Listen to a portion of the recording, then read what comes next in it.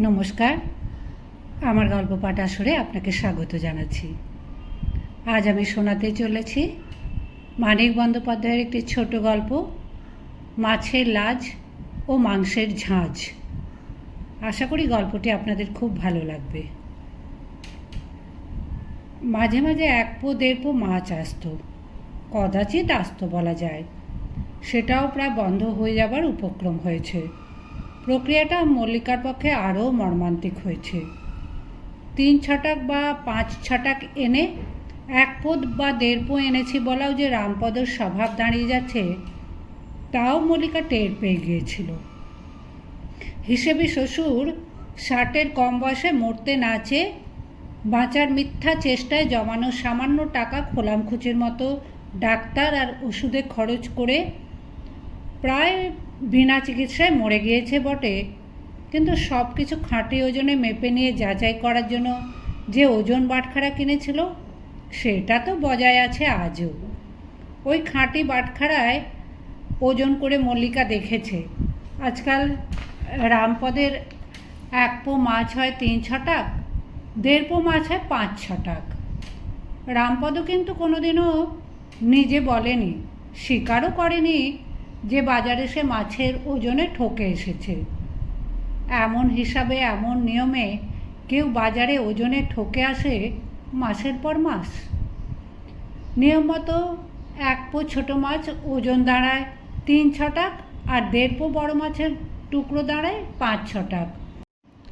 মল্লিকা টের পেয়ে গিয়েছিল তাদের মাছ খাওয়াবার সাধ্য খতম হয়ে গিয়েছে রামপদর। মাছ ছাড়া খেতে পারে না বলে নিরামিষাশী বিধবা পিসি শশীমুখী ছাড়া তার মেয়ে বুড়ি সবাই ঘাস পাতার তরকারি খেতে মুখ বাঁকে মাছ মাছ বলে বলে প্রায় আর্তনাদ শুরু করেছিল। মাঝে মাঝে মাছ এনে তাদের বিক্ষোভটা সাময়িকভাবে সামলাতে চেয়ে কম ওজনের মাছ এনে কম দামের মাছ এনে ওজন আর দাম বাড়িয়ে বলে রামপদ তাদের শান্ত করার চেষ্টা করে এসেছে। এই তো সেদিন 1 পো অর্থাৎ 3 ছটাক ছোটো ট্যাংরা এনেছিল 2.5 টাকা দরে। 11টা নাগাদ মাছের ফেরিওয়ালা ওই ট্যাংরাই ঘরের দরজায় বেঁচে গিয়েছিল 1.5 টাকা সের।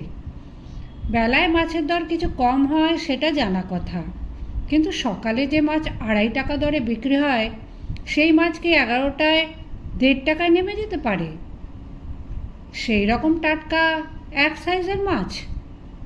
বুক কেঁপেছিল, তবু মল্লিকা মাথার কাঁটা দিয়ে রামপদের হাত বাক্সর পুরনো পচা তালা খুলে আজসের মাছ কিনে ফেলেছিল নগদ পয়সা দিয়ে।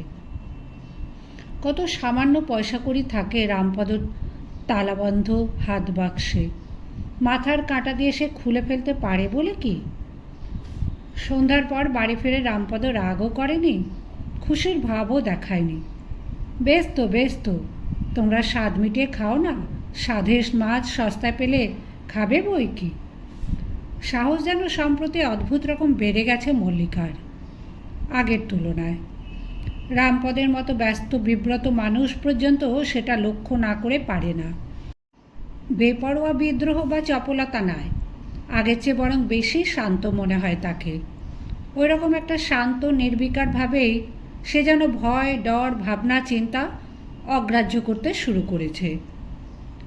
মল্লিকা বাঁকা হয়ে দাঁড়িয়ে হেসে বলেছিল, আটা ফুরিয়েছে, চালও আনোনি, গম পাওয়া যাচ্ছে না, দুবেলা ভাত খেতে মনটা কাতরায়, কিন্তু যে বিশ্রী চাল, গম পেলে ভাঙিয়ে আনি। মনটা তবু জানে যে সবাইকে খাঁটি জিনিসে রুটি দিলাম, কি ছাইপাশ যে ওরা এখন খাচ্ছে। ঘরে এসে বেচে দেওয়ার 1.5 টাকা সের মাঝারি সাইজের ট্যাংরা মাছের ঝোল দিয়ে দুমুঠো ভাত খেয়ে রামপদ 1/2 ঘন্টা অঘরে ঘুমায়। তারপর এপাশ ওপাশ শুরু করে ঘণ্টাখানেক ছটপট করে, তারপর উঠে গলায় আঙুল দিয়ে বমি করে উগড়ে ফেলে দেয় পেটে গুদামজাত করা অখাদ্যগুলি। কাঁচা পেঁপের তরকারি আর আলু বেগুন কাঁচকলার শুক্তো দিয়ে 3 বার চেয়ে চেয়ে প্রায় 1 থালা নতুন মোটা চালের ভাত খেয়ে কাজে গিয়েছিল। বমিতে ওসব খাদ্যের চিহ্নও নেই, হজম হয়ে দেহে মিশিয়ে গেছে নিশ্চয়ই। অত হিসাব কি মল্লিকা বোঝে? বমিতে ঘরে কেনা ট্যাংরা মাছ আর ঘরে ঝাড়াই বাছাই করা গম নিয়ে গিয়ে সামনে পেশাই করা আটা রুটির টুকরোগুলির সঙ্গে হরেক রকম অজানা অচেনা খাদ্যদ্রব্যের সমাবেশ দেখে মল্লিকা ভারী চটে যায়। বাইরে বুঝে এসব গেলা হয়? খিদে পাবে না? কিছু খাবো না? 8:30টায় খেয়ে বেরোই। ভালো জিনিস খেলেই হয়। ভালো জিনিসের অনেক দাম। আমি বাইরে ভালো জিনিস খেলে একবেলা মাছ কেন, দুবেলা ডাল ভাতও তোমাদের জুটবে না। রামপদর হাসি বোধ হয় মল্লিকা দেখেও দেখে না, কারণ তার নজরে পড়ে রামপদর ওপরের মাড়ি নিচের মাড়ির দুটো দাঁতের গোড়া ফুলেছে, রসে টসটস করছে দুটো গাম বয়েল। কি অসহ্য বেদনায় টনটন করছে কে জানে। মাথা ঘুরে যায়। হঠাৎ মেঝেতে বসে পড়ে মল্লিকা বলে, দুটো দাঁতের ব্যথা নিয়ে এইসব গিরেছ? দুটো দাঁতের ব্যথা গোপন করেছ? তোমায় বলে লাভ কী হতো? আমার দুটো দাঁতের মাড়ি ফুলেছে শুনে তুমি তো রঞ্জনকে দুশের ইলিশ আনিয়ে ঝাল ঝোল ভাজা রান্না করে খেতে। মল্লিকা যেন আমোদ পেয়ে বলে, তুমি চিরদিন এরকম অবুঝ কেন গো? রামপদ রাখতে শুরু করে বলে, আমি তো অবুঝ, তা অবুঝ বই কি, নেহাত বোকা হাবা না হলে তোমাদের নিয়ে কেউ ঘর করে? আশ্চর্যের বিষয়, মল্লিকা কলহের ধার দিয়েও যায় না।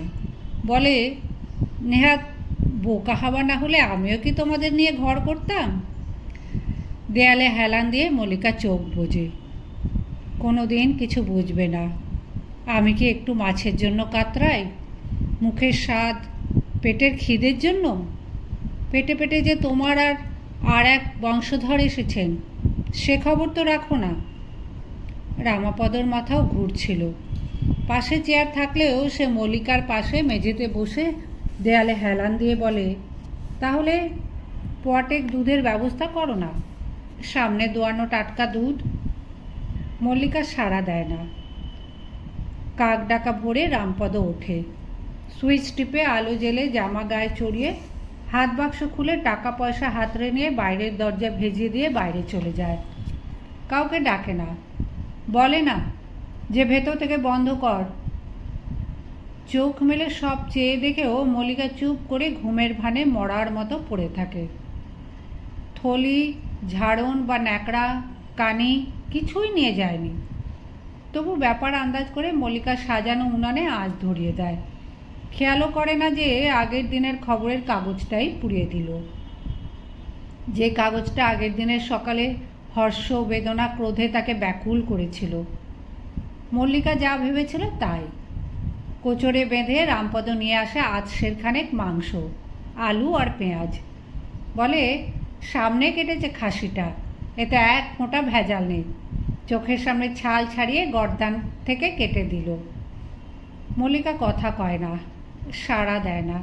নীরবে ডালের হাঁড়িটা উনান থেকে নামিয়ে কড়াই চাপিয়ে তেলের বোতলটা উপুড় করে দেয়।